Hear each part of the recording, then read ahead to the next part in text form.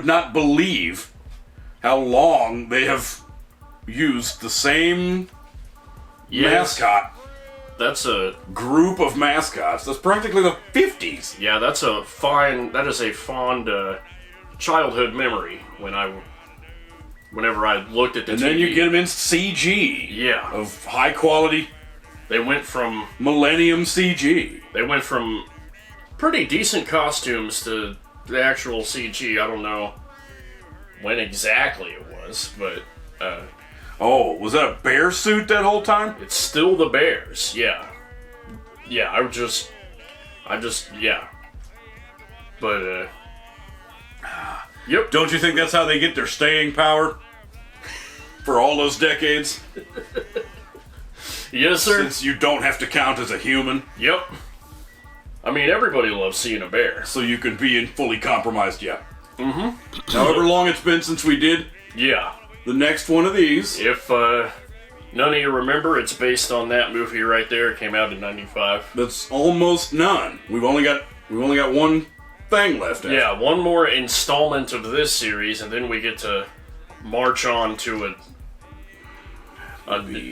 Oh, I'm excited for the next one. Remember what it is? Yes. Remember what it is? We shouldn't say so much. No. Freaking Highwayman. Yeah. It does involve. But yeah, this is installment 3 of... Mm-hmm. Star. Yeah, it's toil at this point. The 13th. Was the first one on that chunk. Yeah. Fire and Brimstone? Not the computer. Yes, the team up with Medusa. Yeah. Get to explain the Medusa story.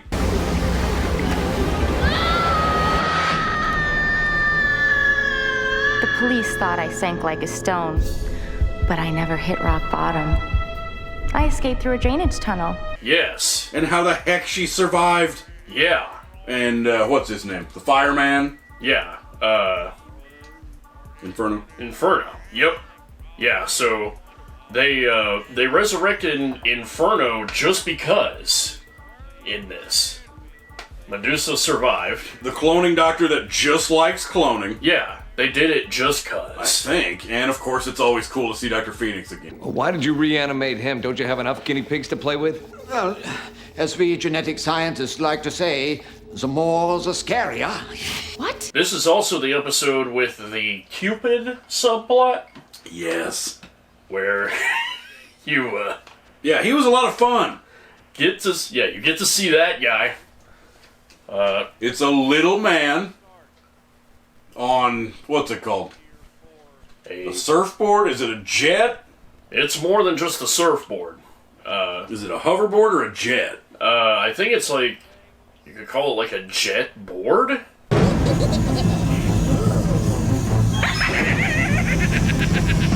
It's got a little bit of both. He goes around. He flies. He flies. And uses noxious chemical pheromones of weaponized love potion hypnosis type. Yeah. And the way whenever they portray him flying, and it's just probably some of the best CG and blue screens. Yeah, blue screening. He's not in it very much. They don't use him for anything but a catalyst for something else. Yep. But it's still what you get of him is awesome. Yeah. I'm hoping they bring him back. Yeah, me too. As a real villain. Because you can't just drop in a character one time with that level of awesomeness and in their convoluted thing. Yep. But where they team up because they still want to do dating with the hero of their Steven choice. Man and Black Scorpion. So the police department does the smooth thing of having them be undercover lovers to help get smooth to help. They're pretending to lure the two of them out in the open. Just something like that. Just so they're easier to catch, type thing. But because of that, they both fly into jealous rages because the villains are not getting the attention that they should be. In your foolproof plan. Yeah. And, That you get the misunderstanding of wrong Cupid arrows, of course. Yes. And, so the supervillains team up to do the ultimate breakup Oriole Suffer plan of basically, hey, we're gonna burn the city down using a unique combination of our supervillain powers, creating a supervolcano If you can believe it, they threaten the entire town with by the city. calamity. Yeah, if they don't break up. If Steve and Darcy don't break up. And it's kind of a cool way to resolve the suspense of, will they ever be an actual item without actually having to? Where they say, oh, but that's gonna kill the suspense. You ruined it by having them go ahead and hook up. Well, they can start over. Yep. With your starting over in the plot or in the beginning of every episode. Yeah, everything has to resolve back to zero. So that's that they found a good way around that. Yep. So yeah, there's that. You have the very great climactic scene whenever Inferno actually launches onto the volcano. Yes, what is it? That is They do a heated up version or an oversized version of her squirt gun. Yes. That's basically all it is. Like, and instead of the chemical formula for the paste, the mud that she uses, yeah, in the spray, it's lava. It's lava. 1 million degrees Fahrenheit!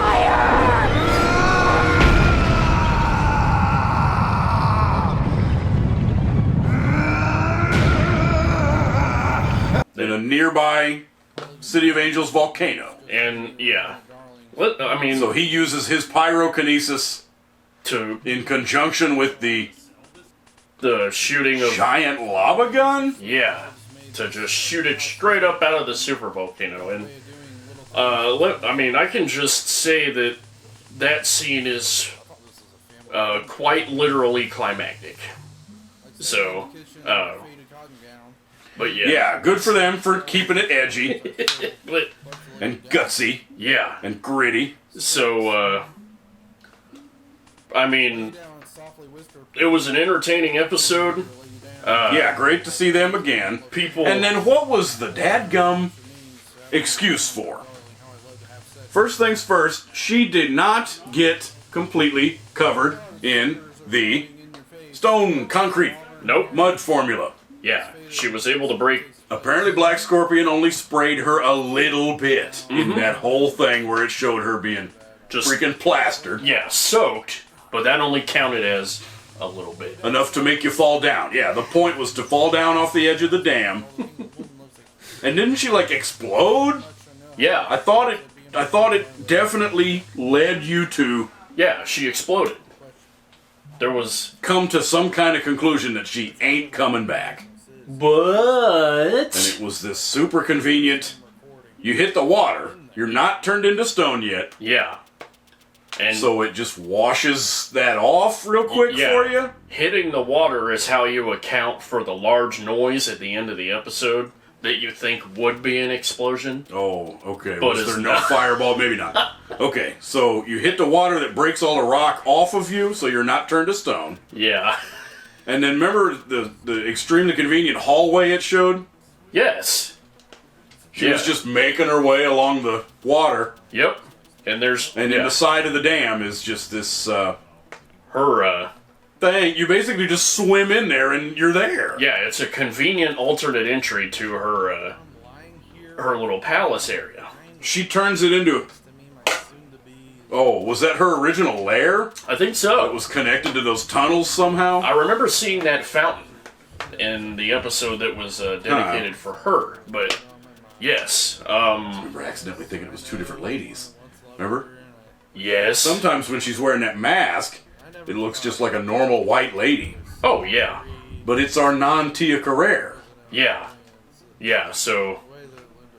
You wouldn't think a little Mardi Gras mask would cause such a genuine disguise. But it does. Yes. Proficiency. It totally does. So, but yeah, there was a few other actual funny editing blips in this episode. They had to cut out a small section of motor noise and repeat it for a sped up footage of the Scorpion mobile.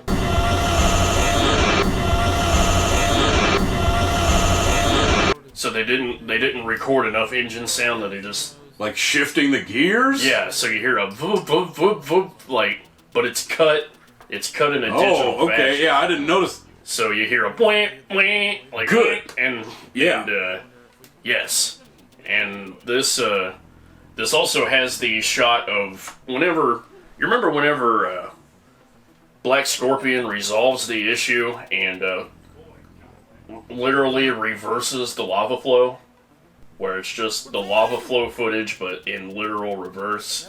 Oh, it's coming down the stairs. So yeah, it goes down the stairs and then it goes back up the stairs. Yep. In the very It's that cool ass magnetic or kinetic sand or something. and yeah, Yep. you just see it crawl up the stairs.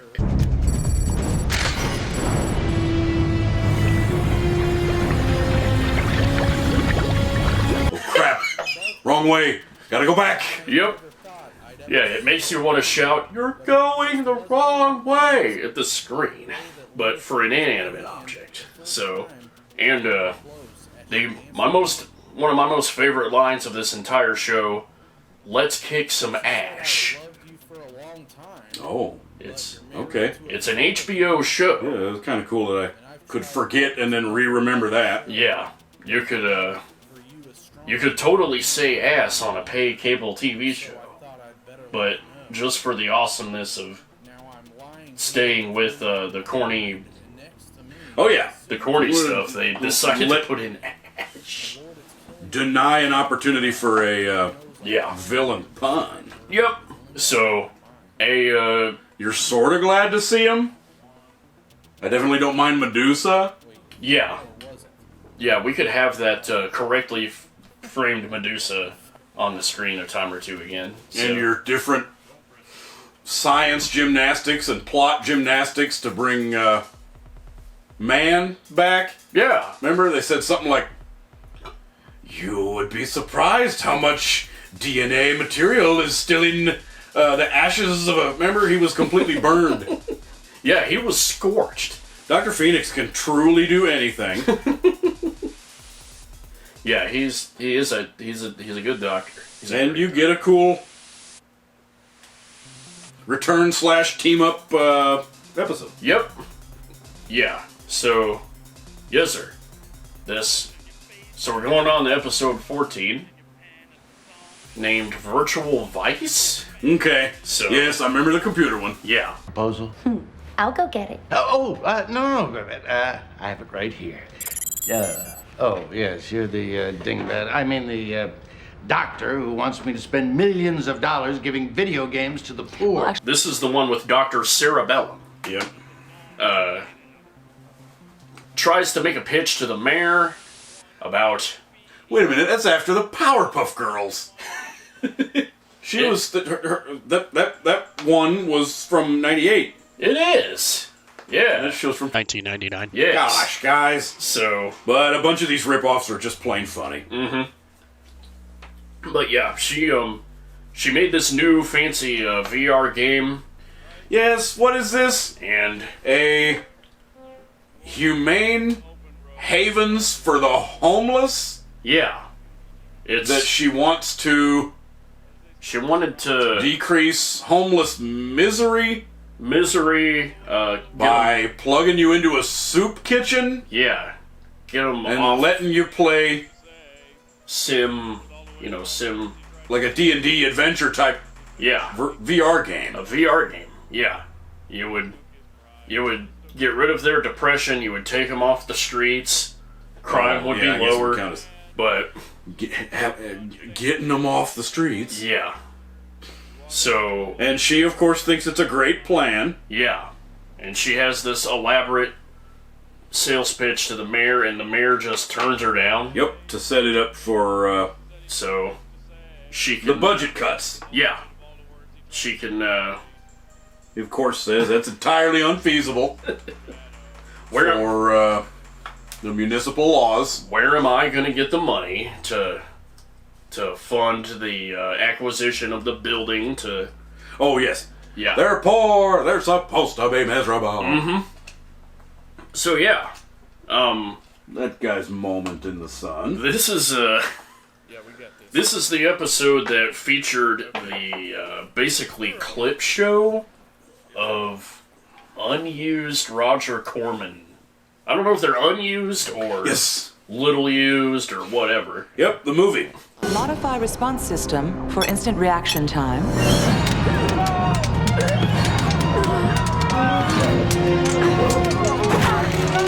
You can obviously tell. Yeah, you got barbarians going around in fantasy setting of Star Wars pigman type looking creatures where they have a head of a pig. You can tell just by the age of the literal film grain, the cameras that are a little bit out of focus and whatnot, that it is... These are like decades, these were shot decades apart. And it's well known as a Cormanism. Perfect Cormanism, yeah. Yeah, he is very, very, very well known for doing that. Yep. So, good on him. This is the one also with Lou Ferrigno in it. True. Where he gets to play a awesome blue screen spot of him Yep. saying one encouraging line. He's superimposed over the movie. Take these two slaves to the Great Hall. Totally freaking cool. And then does a little bit of action at near the end of the episode, I think. Where he's like the boss character that you have to fight in the game. At least they had him. So, At least he's in the episode. yes, sir. And, so, to attempt to stop, Dr. Cerebellum, and, I think wasn't her supervillain name like Mind Warp or something? Yes, who was it? So, Mind Bender? Mind Bender, yeah. It involved warping and bending a mind, but, Yeah, but remember the henchwomen. There's another one where she has the two beautiful yes. henchwomen with a cool name that is Bit and Bit Bite. and Bite. Awesome. Yes. Awesome computer-oriented things. So, in order to both take down Mind Warp or Mindbender, it's probably Mindbender if I'm thinking, yeah. So, in order to take her down, Darcy and Steve and Argyle, everyone winds up trying to mind jack into the game to take her to, like, try to beat the game, force Mindbender into the game, Yep, you're of course having to play and against the odds in your own evil game. yeah, A great theme for the entire town. The theme of whatever the episode is mysteriously and conveniently takes over the entire popularity of yeah, what it is. that everybody in the town is crazy about it for that episode. So everyone's playing the game. And what was it? It was Kind of like World of Craft. yeah, it World was of Warriors? yeah, it was warrior something. Yeah, it was a warrior like medieval fantasy game that everybody was playing. Yes, our bunglers. You get a plastic sword, don't you? Yep. Obviously You plastic. get a novelty. What they are? Star Wars lightsaber looking toy Yeah. And I think there may have been a plastic shield or two that relays your that was like that big. impulse feedback Yeah. And while you're doing the combat. yep. Whatever damage you sustain in the game, you actually get in real life. Oh yeah, as well. they find a way to do that. One of those things. And so yeah, that was the idea, is that if they could defeat Dr. Cerebellum in the game, then she would be thwarted for real life. And that was... And you're amusingly jacked in. Of remember course. Remember the apparatus? Yeah. Do you mind if I set the difficulty level to Master of the Game? Oh, give it everything you got. Go big or go home, Doc. Yeah, that was a great VR headset. Yeah. And then what was their actual becoming a villain? Remember what happened to the three ladies? When they're jacked in, and then they get like electricity eyes and go crazy, their hair flies up and they start laughing. Wait a minute, I'm Mindbender now. I forgot I was completely insane. I'm gonna make such a worse version of that game. We're taking down your lift spring. Remember, she's modifying the player character in there. Yeah. Okay, adjust the, what was it, vertical thrust for her to jump better. Vertical thrust, that way they can, Yep. Switch it to number 5. Moon. Turn on the moon gravity instead, so that I may be boosted higher with lower effort. And then you get the, what was our dumb weapon that they throw out of a car for this one? Computer chips. It was a computer. A virus bomb. That's right. It was half bomb and half virus. That's pretty cool. That are preloaded on these little computer chips that you can just chuck out the window. Careful, Black Scorpion. There's a virus going around.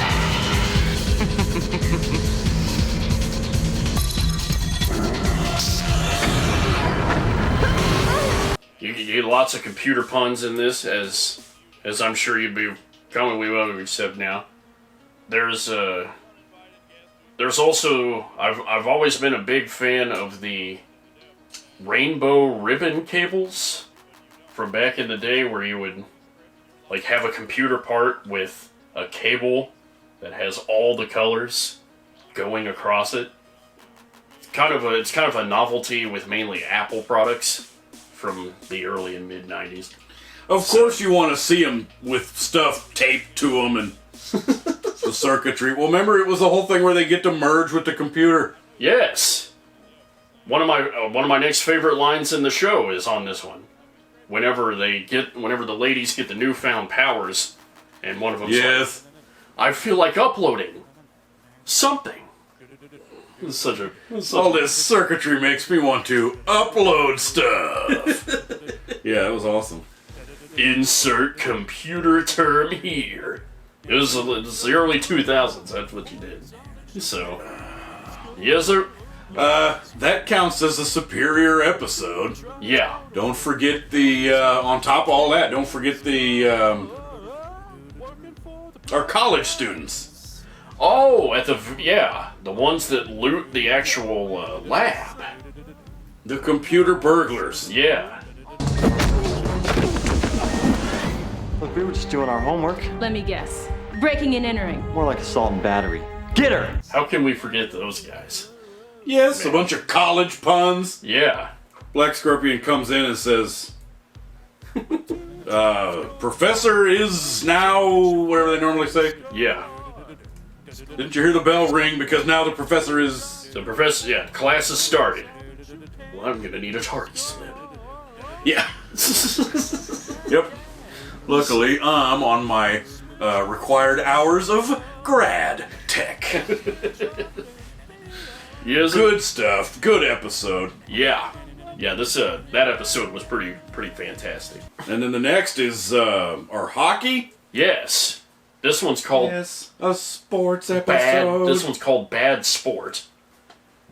With your wordplay. Okay, brilliant. Yeah. So this is where the evil villain Snapshot is his name. Oh, is he Slapshot for hockey? Yeah. I forgot about that. So I thought he had his own nickname to begin with. He was like Ace something. Yeah, I forgot if he even has a team name. Some kind of non-Wayne Gretzky thing. But it's a hockey team. Yeah. So in the local hockey star. Yep. he will. That's the problem of, what is it? Something about rigged gambling. Yeah. And throwing games. So his older business empire, which was a sporting goods store. Yes. Went under. Shock and awe. I run my own sporting goods. It's not doing all that well. So to try to make money either for himself or the sporting goods store, he rigs hockey games so that his team wins or something bad happens if the villain guy? Yeah. Slapshot? Yeah. He'll Okay, maybe I wasn't paying attention. I thought it was some racketeers that Yes. Oh wait, yes. or I'm thinking of the mayor. There's yeah. a group of goons that come terrorize the mayor. Yeah. Slapshot is the person that acts out all of the bad supervillain things, and it's also have a group of goons that turn out to be the other hockey stars. Yeah. So everything gets real nice and convoluted on this episode. City of Angels is, of course, a small town. So, yeah. And those guys would, of course, do their own manual dirty work like that. But yeah. Yeah, something to do with throwing the game in the hockey sports gambling. Yep. And keeping your bills. Yeah. Did he live there that whole time? Or did he go to live there after he first became the villain? Yeah, it's one of those things where it's a defunct business that shut down, but he's still paying the electricity bill. Yeah, the lights are still on. They have some kind of cleaning maid in there dusting everything off all the time. Everything's clean. Everything's perfectly set up. He has running water. There's an internet connection. But yeah, but I think there was an event. The game went a way that he didn't want to go. So he put the lead hockey player in paralysis. The lead hockey player of the Angels team. Yes, our star man. Yeah, was put in paralysis. Got his back broken or whatever. Yeah, they made him a paraplegic or something. And for part of their corrupt gambling. Yep. And this is also the episode where we get to meet Dr. Chiropractor. That is the... Oh, yes. Who was Chiropractus? It's Cairo. Yeah. Like Egypt? Yeah. And then the last name, I think, is Praktus. Yeah, practice kind of like a Latin. Yeah. Allow me to introduce myself. Chiropractic is my name, and mechanized mobility is my game. Mechanized mobility? For your practice? But, yeah, so... Where he's laying in the hospital bed. Allow me to be a scientist of Dr. Chiropractic. Yeah, so he'll... And, of course, he's got the controversial technology for... Yeah. Today's cutting edge. And what does he do? It's an awesome villain suit. Yeah. That helps with the movement. That's another wheat woo. Naturally enables you to... Yeah, same thing with the exercise lady. Yep. Yeah, so, and... Another scientist. With a different name instead of trying to reuse Dr. Phoenix again. True. So yeah, he lives at his own... defunct Dick's Sporting Goods. Yeah. For all your sporting needs. And then... Oh, and another pair of... Yes. This is the... attractive henchwomen. Yeah. That is... They're cheerleaders for the team. Yeah, but who was it? Was it Stick and Puck? Or was I don't know. Just the pom-pom girls? They would kick stuff off and do crazy cheerleading antics. Do hench stuff. Oh, they had good comedy. Yeah. In that one bit where they're doing, like, heavy lifting tasks. You go over to the extremely convenient, shut down but still active City of Angels Military Armory. Yeah. Or whatever it's called. And they're over here lifting these artillery shells or whatever it is. Yep. And say, how come you don't do the literal heavy lifting of this work that you're making these two beautiful women do it when you're the one with the cyborg parts and enhancement of... Precisely. Yeah. Makes the viewer want to yell at the screen along with them. I guess you got the suit, you should be the one doing all the work. But so what does he do? There's some kind of... close, near the end... problem. Yeah. Near the end, I don't think he's still getting the props and the money that he wants. They threaten you. So, yes. Or he threatens... to amp it up a notch. Either the town... Well, it was his sports rival. Yeah. That wanted to break his all-time scoring record, which apparently he was really close to doing anyway. So yeah, if that gets broken, and the other team,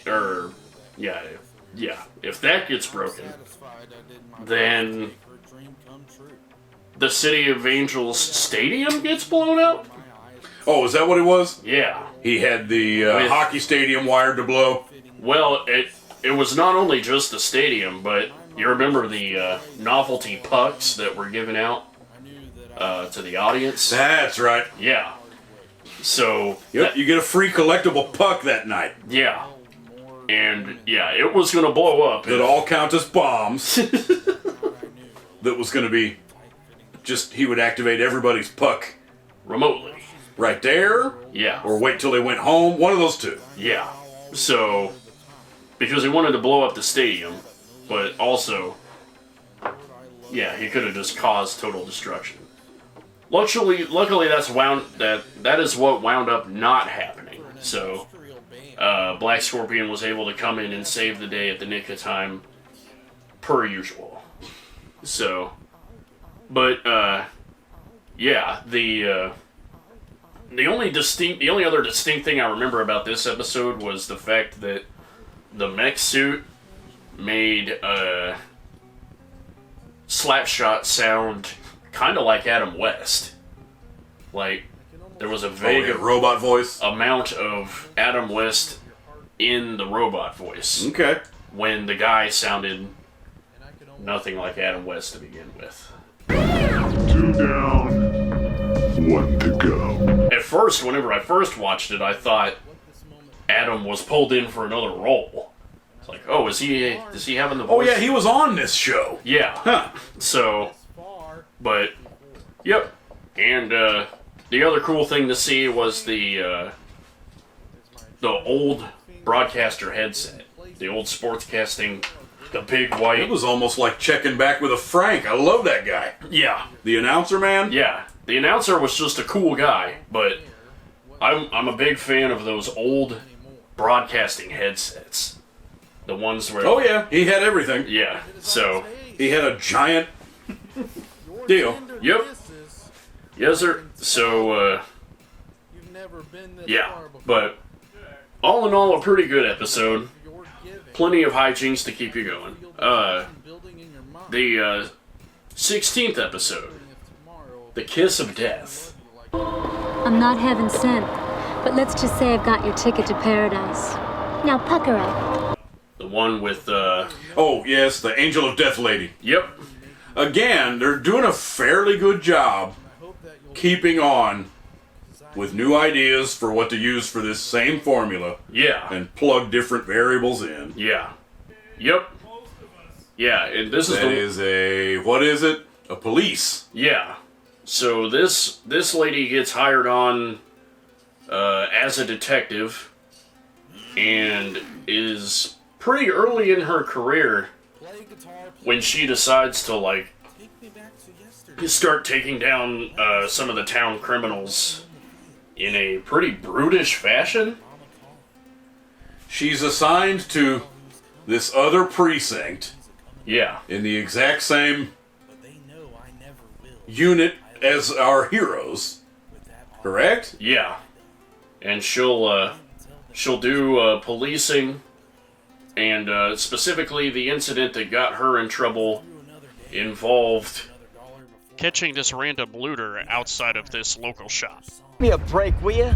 We're just trying to get something to eat. There'll be plenty of bread and water where you're going.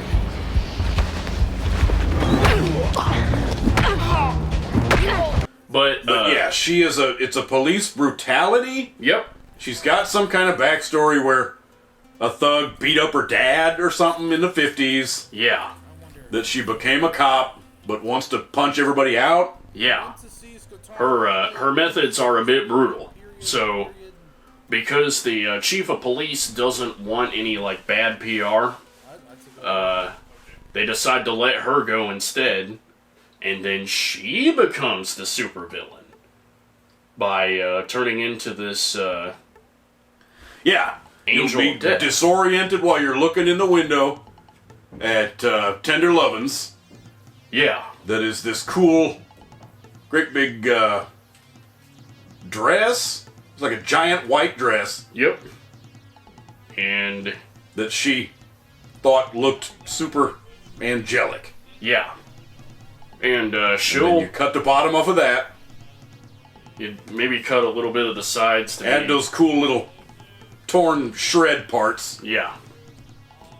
And then make it kind of like wings. She doesn't have straight up wings, but it's a it's an angelic figure. Yep. With like a nun's habit, one of those a headdress. Not the giant ones, but like a. It's got kind of like a. It wasn't hair. It's not. Yeah. Does it count as a veil? It's not a. Yeah. This. It would. I guess it count as a veil. This thing. Yeah. Like either a headdress or a veil. And you'll go along and say. And. Stop right there because the angel of death is here to upon you. Yeah. And then the guy. The criminal says. Well, how can you be the angel of death when you have the looks of an angel or something like that? And then, she will bring the criminals down with a kiss, and that literally kills Oh, yes, what was the weapon? The lipstick. Tender Lovin' designed these. The coroner has listed the cause of death as cardiac arrest brought on by a poisonous lipstick. Now that's what I call a killer kiss. Baby, are you sure that lipstick is safe? Yeah. Lip covers? Yeah. For women that were allergic to... It was something pretty awesome. Yeah, they were allergic to... And then Angel of Death takes those. Yeah. And concocts her own poison lipstick. Yes. So she can wear them. Yep. And then... Kind of like from Batman and Robin. Yeah. Where they have the little plastic cover so they don't get affected by it.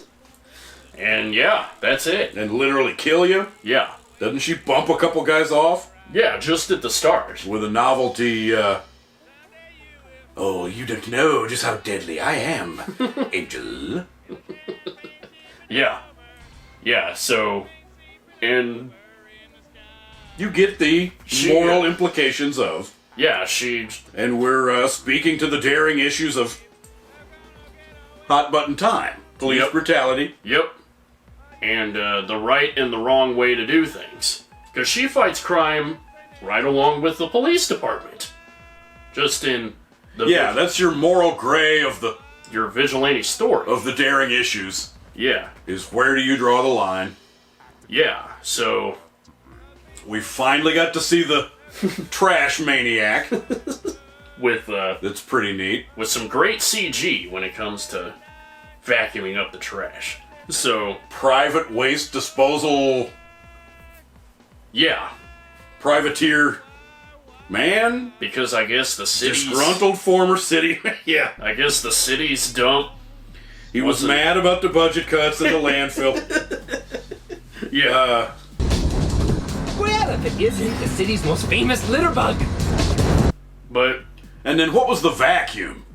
Is the trash man in 2 different episodes? Wasn't that the only reason why he was in there? Was so she could steal his... Yeah. His trash suction rifle? Yeah. Because I haven't seen him before. Okay, let's see what this baby can do. Oh yeah! Suck up all that dirt. Okay, so all I can do is assume because I don't freaking remember. Yeah. That she planned on threatening to destroy the town with the sprayable version of her poison lipstick attached to just converted into a spray. Yeah. By reversing the polarity of the suction. Yep. Because you'll even see later in the episode some things coming out of the vacuum. Yeah. Instead of sucking up trash, it blows out poison. Yep. So for your budget cuts. Yeah. And yeah. So this one, I mean, it was still a pretty entertaining episode, but it didn't have a lot of the. It had like a little less of the zaniness of prior episodes, but the there were for the daring issues and being gritty. Yeah, you get less comic relief. Yeah, there were still some fun, awesome things to see on the screen though. It's another one of the obviously reverse shots of gas being pushed out instead of sucked up. Okay. Type thing. And it's also, we said a series first. There is actually a dog transition. Like a CGI screen transition from one scene to the next. With the literal black scorpion crawling up the screen. It's the first time you see this in this entire run. It's halfway through. Yeah, that's pretty awesome. So they got their money's worth out of making that. So, and that's basically the end. Is whenever she gets. I can't remember if she gets talked down or taken down. In the effort to get through these, I've lost track of whether she's been bumping every villain off. So, she did a good job of bumping off Inferno and. I don't remember what happened to him. Yeah, but I remember she didn't kill the computer lady. No. And whatever happened to the hockey guy. Yeah, and but I'm pretty sure the Angel of Death got talked out of being a villain and instead just is free to live another day. Oh, just got transferred to a different precinct again? Yeah, probably. Went to a different town, being police at a different. So, but yeah, and that's the end of that one, and we go on to episode 17, which is the last episode we're going to talk about on here. He Who Laughs Last is this. Now what's a nice guy like you doing in a place like this? I was framed. You don't say. Episode. Oh my gosh. So, anything involving laughter, you know who the villain's gonna be. Oh, do you? Well, mix it up with DC Comics. So not once, but twice. Yeah. So, and both of them, neither of them is even the Riddler. Neither one, no. So, this, it was cool they got his name wrong. Yes. It was, they call him Prankster Gangster in this. Oh, I thought it was vice versa. Oh, anyway, wait, yes. One is vice versa of the other. We always get it where mixed they up. Start calling him Gangster Prankster for no reason. Yeah. And comes back another time? Yeah, he is here today to, take action against this stand-up comedian that's been busting his chops recently. I was torn with this because this is another one of those Gennadigus episodes. Yeah, there's a lot to unpack here. It's probably just circumstantial from when I fell asleep, which is weird since I can't. I'm not supposed to be slamming these energy drinks, so right. Strategically, it was a foul ball to purposely not use the caffeine or anything. But yeah, oh, that would give you slight freaking nightmares while you're dozing off. Yes. Remember that dadgum prosthetic ear? What is supposed to be happening? It's a doo-doo it's an extremely popular local stand-up comedian at the local comedy club. Yeah. Who's been... That the entire town cares about. Yes. Small town. That was like Chuckle and Charlie. It was some kind of really dumb name. Yeah. Charlie based on the Amazing Jonathan. Well, has everyone here heard of the gangster prankster? You know, the supervillain who giggles like a girl? Well, there's a reason he's got that stupid grin plastered on his face. He is stupid. How stupid is he? Charlie Chortle was that guy's name. So, he, And all of his material was strictly and completely... Yeah. At the expense of one gangster... Making fun of Gangster Prankster. So, he's not on anything else of being a clown or not being funny enough in his efforts to make people laugh. Like a failed clown or something. Yeah. Well, it was just all supposed to be how dumb he is. That's all he had something like, to go on. Boy, you just observe that Prankster Gangster is pretty freaking stupid. And then the audience would say, how stupid is he? It's like a Johnny Carson bit. For your joke. Yeah. They were... Remember his cranberry sauce? Or the juice? It was this giant glass of... Yeah. Extremely cranberry-ish. Yep. Cranberry usage? Yeah. There was a lot of cranberries. But, yeah, so... What a comedian. Somehow...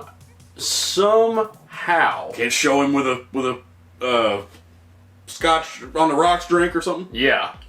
Somehow, Gangster Prankster was able to... Oh, that plot was...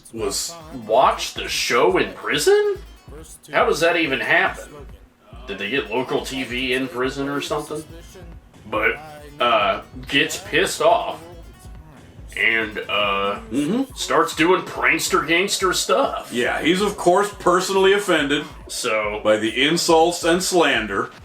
Yeah, he'll and since Prankster Gangster is Argyle's brother, don't forget. Yes. So you launch into this cornucopia of just make sure you're not tired. Yeah. It's the crazy plot of his team, his henchmen. That is, what is it? 2 dudes and a lady, and the Asian lady. Yeah. There's 4 of them. Yeah. It has something to do with another one of these businesses that's been shut down, but yet still fully functions. Yeah. In his ice cream shop. The ice cream truck. Yeah. Yeah. And he'll try to frame his brother Argyle. Yeah. To get him in the same prison cell at the City of Angels local prison, just so he can use Argyle's smarts to get him out of the prison. Yeah. Luckily, they still had somebody on the outside. The lady. Yeah. Who was able to frame Argyle. Yes. And they do it in the dumbest way humanly possible. Come into prison. Yeah. But just be able to stand in the hallway. He had barely even walked over to his new room. He was still like carrying his bed sheets or something. Mm-hmm. And yeah. So and then make sure you take your orange jumpsuit back off. Yeah. To be Argyle. Yep. And then what was the great springing out? An obscure piece on an old style picture tube TV. Yes. Of the 90s. He was able to... That you stick it on the lock, kind of like a stethoscope. Yeah. And then... He sticks this deal, it looks kind of like a suction cup or something. And then I think you put it... That was part of a TV. Yeah. And I think you either aim it at the lock itself or like some type of control board. Reverse the diodes. Yeah. What, are you hooking this up for cable?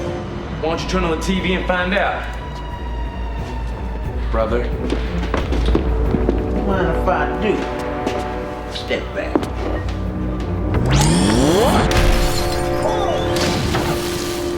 And bam! You're out. He does it in like 10 seconds. Yeah. It's like part of that scene for the show. So, where yes. he's already done. Yep. So, as a result, as kind of like the, hey, now you owe me factor. Jeez. Yeah, he forces Argyle to rejoin his crime gang. Yeah. And since he counts as his brother. Yeah. And he also influenced Argyle by, like, having the lady act like tender lovin' was cheating on him.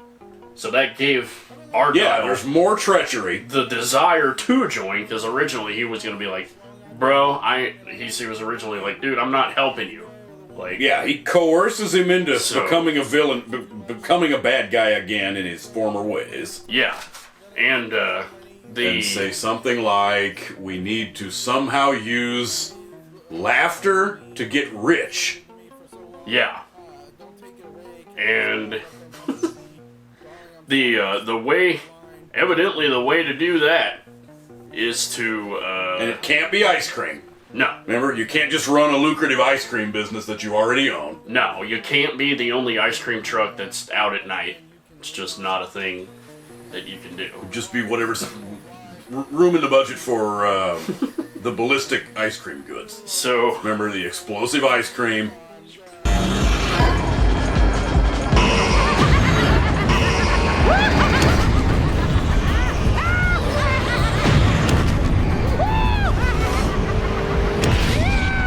The sprayable hose of whipped cream, the giant cherry that's meant to clock, disorient / bludgeon your can clock somebody opponent. Yeah. That's what? You would hold the entire town hostage due to laughing. Crap. Yeah, this is. You would want to prevent the town from laughing at other people's jokes. To be able to keep people from enjoying the comedian guy at the comedy club. Yeah. Who was making fun of him. Yep. We would have he wants to make it hurt. Yeah. They rig up a way for laughter to actually hurt and be detected and punish you. Yes. For laughing. Yep. In the entire town? Throughout the range of... Or just nearby, yeah, whatever the range is. Yeah, so, they do this by having Argyle invent some type of adaptation... Oh, the prosthetic ear, yes. Yes, of a weapon that he already made for the last Gangster Prankster episode. Yeah, that was kind of cool. In all of our additional flashbacks and things. Yes. In the interest of clarifying matters. Yeah. And you cut out the... I think it was... giant wooden ear off of a sign? Off of a sign, Or make your own to replace the one that you cut out. Yep. And then... It's a literal giant ear? That is an ear that listens for the frequencies of laughter. The laughter response. And then we'll channel out this... yes, our science for that was great. This energy wave that's in the ultramagnetic, ultra-microwave frequency band that activates the helium inside people. Helium atoms that are transported via ultra-microwave frequency vibrations. Yeah. Into... bonding with the person's molecules. Yeah. And ballooning them up. Causing you to physically explode. And then explode. If you keep laughing. If you keep laughing, yes. And that is... the detector. That is... What about people that are coughing? Where it sounds like you're having a laugh. Yeah. Sometimes when you cough, you can have a small coughing fit that sounds like a laugh. I've done that. Laughter is akin to coughing. So, how does this device? I would have been screwed for this episode. How can they tell that you? Yeah, like, is it anyway depth of the exhale? But yes, amusingly terrible sequence of events. Yep. Yeah, this one A involves nice convoluted plot. This one involves a little bit of the concept of tickle torture. It works on a dummy. Yes. No, this whole thing is based on biological molecules and the human body, and it works on a freaking test dummy.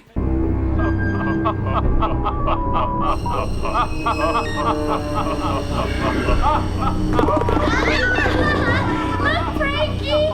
Yeah. To make a test dummy explode? Yep. By playing a recording of laughter? It is a chintzy. Man, guys, should we just credit him for being ambitious and bold? It is a chintzy recording of laughter, yeah. But this was one of those episodes. The heck does an ice cream shop have to do with it? Why are you paying the bills? You run an ice cream shop that doesn't exist, or that isn't open for business. Yeah. But you still buy all the stuff and pay all the bills. Yeah. And you're in there holding a meeting, eating ice cream. Is that some of that... Talking about, gosh, how are we going to get rich off of... Is that some of that... The game of laughter. Is that some of that prankster gangster, like, comedy mob money? Donations? Where, like... Or the tip jar? It's set aside to... His assets are frozen unless he specifically spends it on... Yeah. The defunct ice cream shop? Yep. Yes, sir. And, let's also not forget about the, villain's ability to just, off of a comms truck to, disrupt the broadcast of their comedy show. They are able to just simply lift the satellite dish right up off the truck. Oh, yes. It's not mounted, so it is a well-designed... Whoever designed that comms van is incredibly sturdy construction. Stuff that probably wouldn't fly off the van at all. A hang hook. Going down the highway. It's easy off, easy on. But, yep, yeah. So, yeah, for usage, there's some kind of scene that takes place in an airplane hangar. Yes. What was that all about? Yeah, that was, yeah. It's one and of course, Black Scorpion can reverse the polarity. Yep, she was able to, she was able to capture the sound of Gangster Prankster laughing because they put that on the filter, I guess, to not kill Gangster Prankster. Oh. But she was able to make him laugh and make him explode. Alright. So to not be allowed to, when otherwise since it's your or your brother's machine, that you would hypocritically be allowed to laugh. Yep. Oh wait, yes, it's because she tells the funniest joke. Oh yeah, of all time. We're trying to rip off each other's jokes or get credit for inventing a joke and telling it to the comedian man. Yeah. And she says, no, that wasn't funny at all. You've never heard the one about the prison system where they number all of their jokes. Yeah. That he, of course, thinks is funny. Oh, man. Prankster gangster. Gosh. And don't they show a couple people, or sort of, show a couple people explode? All they do is like squirt a squirt gun or something. They might throw like a clothing shard in from off the camera. Yeah, there's flying fabric from your pants or something. Yeah. Meanwhile, it's a human body exploding. Exploding. And they even have the decency to throw in like the blood splatter sound. So like, it's cartoonishly comedic until it's not. You have an NC-17 show, or a rated R show? No. And they won't even show. Yeah. small amounts of blood. Yep. So, but this was the episode that made me ask if it was an episode or if it was a fever dream. Like, straight up. Yeah, about halfway through that, we could conclude that it was... Like, what is this? What is even going on? One of the ones that takes the cake, yeah. Yeah, it's good for just the sheer absurdity. Yeah. When you're not it's falling asleep. Oh, it's the second zaniest episode of this entire series. Yeah.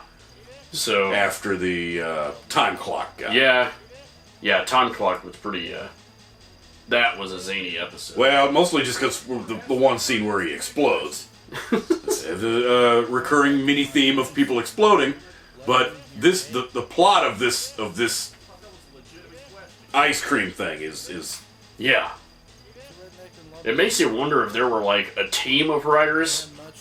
Gnadegus, yeah. Do you just pass the thing and blindfold the next guy and yeah, write down everything he said upside down? Or like one person would try to one up the other person or whatever, and be like, "Oh yeah, well I can make something that's 2 to 3 times as weird as what you just did in the same episode." Spray the polarity with helium atoms that can also bond with the molecules of a dummy organic that has a tape recorder strapped to it for the detectable laughter that you can also get across town. Yes. Or in a radius of like wherever, if you're in the middle of the town. From feet to miles. All I gotta do is sit at the right level back at the hideout. Of course you do. We wouldn't want to sit it at the wrong level now, would we? Hey! From a few feet to thousands of miles. So. And then the comedian. Our dollar store Andrew Dice Clay. A successful stand-up comedian of showbiz that is completely obsessed with one poor fellow who's already been incarcerated. That act would get old after like 5 minutes. Like, yes! I love when the town theme is something so specific and only lasts about 5 seconds, but everybody in the whole town is still somehow completely involved. That would be about like me being bitter and upset that freaking the Dr. Pepper bottling company hasn't done one of those bring back Red Fusion campaigns. Like, remember the KFC Christmas time chicken nugget commercials that Jason Alexander did? Yes, I do remember those. Weirdly obsessed with chicken nuggets, Santa, that for some reason needs to be Kramer Man or whoever he is, George Costanza.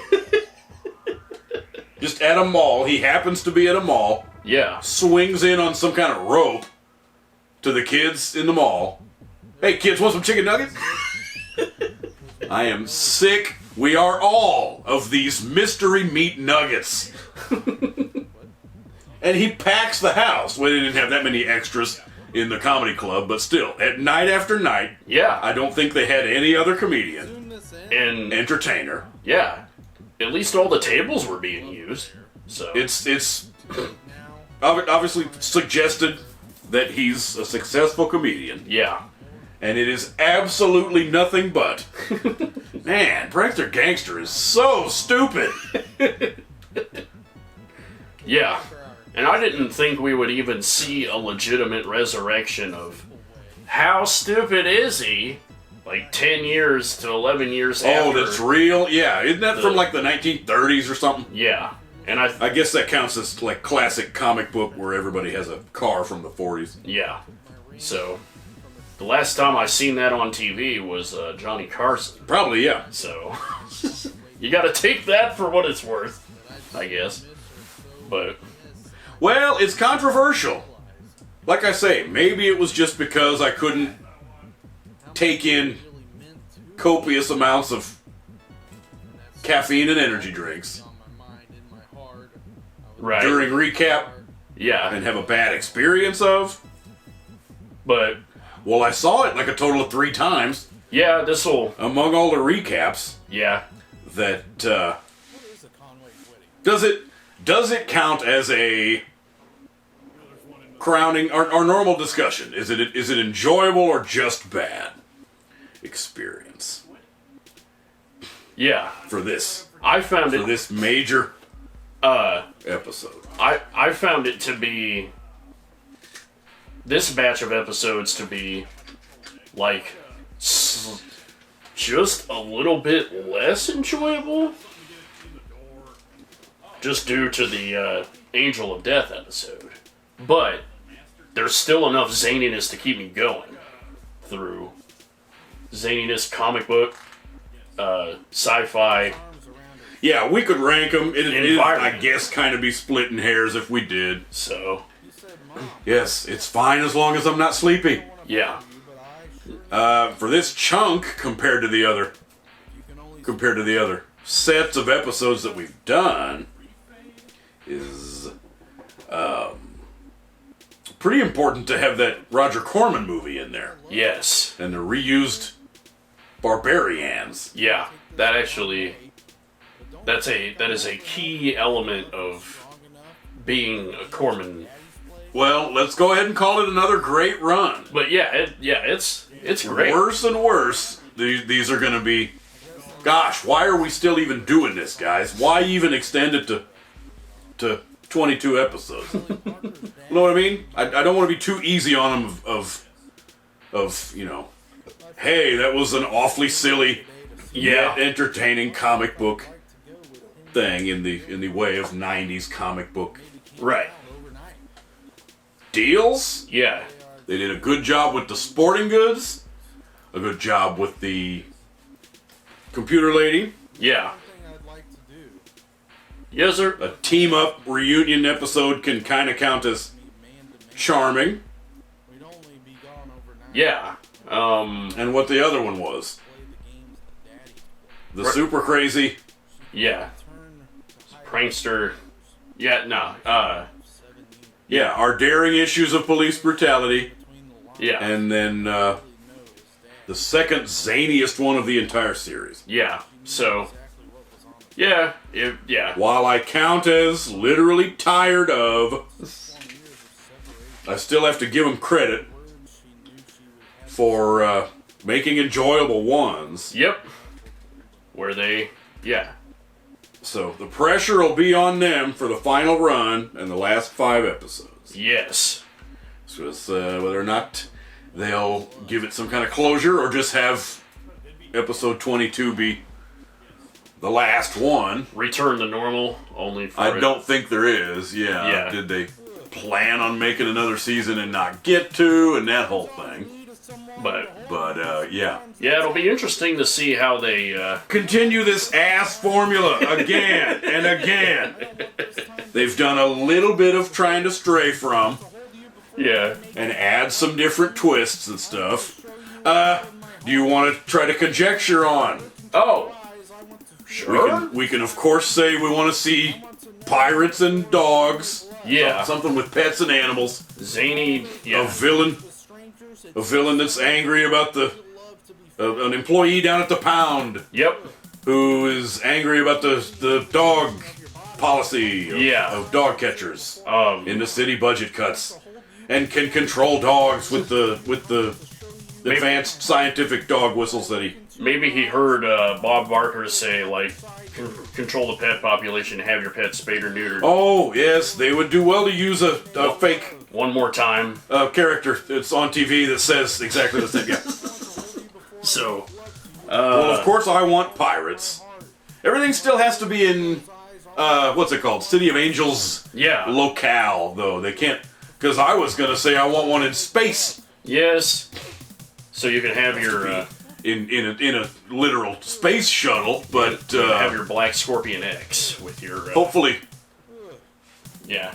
With your... Just some kind of satellite weapon, something in space. If not her being able to ride the actual spaceship. Yeah, that can be controlled from the City of Angels or is aimed towards the City of Angels, unless something good for the supervillain. As long as we hit all of the formula variables and requisites of criteria. Yep. Let's see. They already did something in a. Maybe the police chief has an evil twin, unhinged brother that was up for police chief, but the other guy got it in place. Yes, something with the captain, where he can do a little bit more serious involvement instead of just the comic relief. Yeah. Yeah. That would count as, that's pretty good. Why not do that? And a bizarro police captain who can run around causing problems by posing as his twin brother. That would be pretty easy to return to status quo at the end of the episode. Let's see. Bring back Cupid. Yes. For one episode to be the main villain. Same thing with the trash maniac. The sanitation psycho. Yeah. Bring back him. He was hilarious. Yeah. And, something else with the defunct businesses that still... Yes. That still, exist. Yeah. Maybe a failed grocer. The manager is... Yes, we can talk about the city budget cuts of the price of butter. A new regulation went in that made beef prices go up by like $1 a pound. What's it called? Sales tax. Yeah. City sales tax. Yeah. So. Yep. Yeah, there's plenty of ways to do this. Well, what have we not done? They did an ocean. They did a fitness. Yep. They did a computer. They did a laughing clown man. Fire department. Police department. They did a celerity gap. What's it called? Plants, Little Shop of Horrors. 2 exercise plots. Aerobics and sportswear. 2 athletics. Oh, things. hockey? Yeah. Yeah. And volcanoes. Yeah. So we have landmarks, teams. Okay. Facilities. Pirates. Dogs. Corrupt or evil twin. Yeah. Space. And for a series finale, maybe something that's supposed to be a very special. One of those very special episodes where the boyfriend almost dies or something like that. Yeah. And then Dr. What's-His-Name can resurrect maybe at least half of... On top of having to deal with the character almost dying, you gotta deal with the cast of replicants of villains that were already quashed. Yes, we'll see who they bring back. So... From the villain vault thing. Yeah. So... Yeah. There's a lot they can do, still. But... Yeah. To bring the arc to a close. Yeah. Looking forward to... in spectacular fashion. Yep.